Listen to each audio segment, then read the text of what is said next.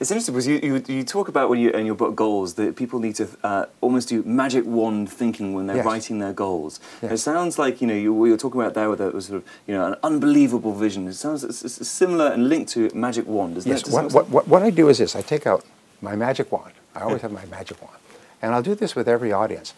I'll say the key to success is what is called future orientation. That means top 10% of people think about the future most of the time. They think about the future most of the time, and they practice a concept used by top people called idealization. They idealize, they imagine they have no limitations, and they imagine you could wave a magic wand and make your future perfect in every way. Mm-hmm. So we say there's 4 areas. The first area is, of course, your income, your career, your work. If it was perfect, if you're earning the kind of money you wanted, doing what you wanted to do with the people you wanted to do it, what would it look like 5 years from now, and how would it be different from today? Mm-hmm. And the same thing we say is with your relationships and your family. If your family life and lifestyle was perfect, how would it be different from today? I just spoke to somebody who asked this question. He was really shocked because he found that he was working 12-hour days. He was seeing his kids once or twice a week. His wife was frustrated and irritated. He'd come home late at night and he'd watch television. And he realized, the reason I'm trying to be successful is so I can provide a good life for my family. And here I am ignoring my family. So he began to idealize and say, if my family life was perfect, what would it look like? He said, I would have dinner with my family every night. And so he changed his schedule. So he got his work done, and he had dinner with his family every night. And then he would play with his children, and then he'd put them to bed, and then he would work later in the evening, and then go to bed at a reasonable time. He said, transformed his family life completely. And so, but if you don't think about these things, you'll just go on the same way forever, doing what you're doing. Yeah. Ask if your health was perfect, how would it be different? And finally, if your financial situation was perfect in every way, how would it be different from today? And then, what is the first thing you could do, the first step, right now, to make your future life perfect in every way? And whatever it is, just take the first step. Yeah. Interesting. Because it sounds like there you've got the visualization of the ideal future, which is a good thing for you to be doing for your subconscious anyway, but then also linking it down to what are we actually going to do next to deliver this. In terms of, you talk about in goals, you should write them all down. The key thing seems to be writing them all down. Yes. But in terms of goals, should you write them on, it's a very small practical point, but should you write them on pieces of paper, computers, media? Does it not matter necessarily where you write these goals down? Is there any thoughts on that? Well, I teach a program. It's an advanced coaching and mentoring program to business owners. And I tell them that if you come and work with me for 1 year, I will show you how to double your income and double your time off within 12 months. And then what I do is I front-end load the first day of coaching so that they double their income within 30 days. Everybody does it. It's very simple. I hand them out a spiral notebook, like a school notebook, and I say, what I'm going to ask you to do is I'm going to ask you to write down 10 goals that you'd like to accomplish in the next 12 months. Write them in the present tense as though they are already a reality. Not I will earn, but I earn. And then at the end of it, write by and have a due date. I earn this amount by this date. I weigh this number of kilos or pounds by this date. I achieve this goal by this date.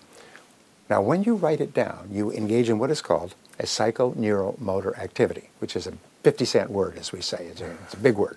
But what it means is that you see it when you're writing it, you sub-vocalize when you are speaking, you kinesthetically write it, and by doing the handwriting, you actually program it into the hard drive of your subconscious mind.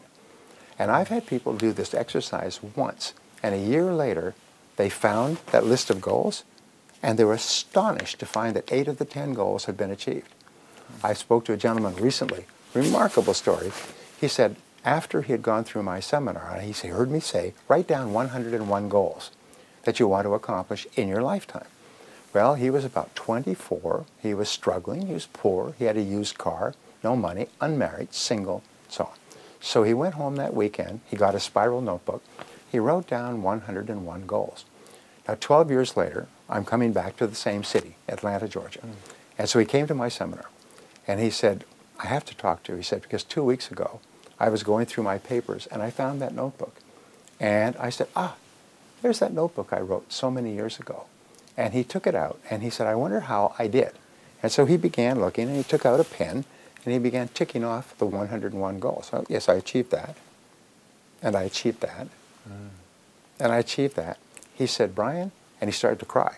He started to shake. He said, Brian, I had achieved all 101 goals in 12 years. One of my goals was to marry a beautiful woman, which I did. To have children, which I do. To start my own business, which I did. To become a millionaire, which I am today. To own a new Mercedes, which I have. To put my children in private schools, which I did. To travel around the world, to learn a language, to sing a song, to learn to speak. He said, it was unbelievable. He said, not 100. 101 goals had been achieved in 12 years. He said, it was overwhelming to him. He could not believe it because I had told him, if you write them down, it's like programming them into your subconscious mind, where they then begin to work 24 hours a day while you're doing other things. Great. So a spiral notebook and a pen. Yes. And some imagination and some discipline each morning. Talk about each morning. You say that you should you look at your goals then every single morning? I know that you say you're a big believer in going to bed early, waking up early, reading, nourishment for the brain, and then looking at the goals. Is that? What I do is I rewrite my goals every morning. Okay. I carry a spiral notebook. I have stacks now over the years.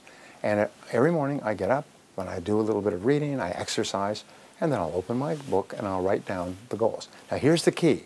Do not refer to the previous day. What you do is you turn it over and you rewrite your goals again today.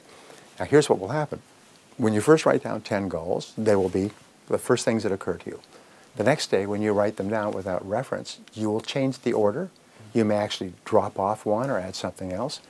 The wording will change in the goals, which is very important because your subconscious mind is activated by the precision of the words that you use. And so you'll find yourself writing the goals differently and in different order and sequence. And at a certain point, you'll find yourself every morning writing the same 10 goals, like that. And then, one by one, they'll start to be achieved and replaced by a new goal. And a year from now, it's almost like if you decided to exercise and lose weight a little bit each day, a year from now, you could be as fit as an Olympic athlete. A year from now, you will have accomplished so much, it will be astonishing to you.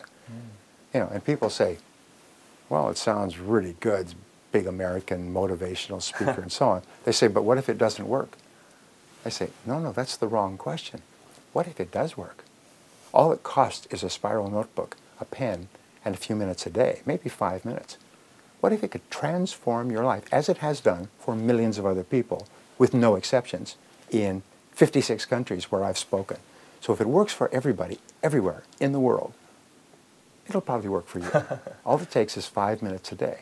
And it's really a test of how much you really want those goals, is do you have the discipline to rewrite them every day? If you will do that, that front loads the entire success process.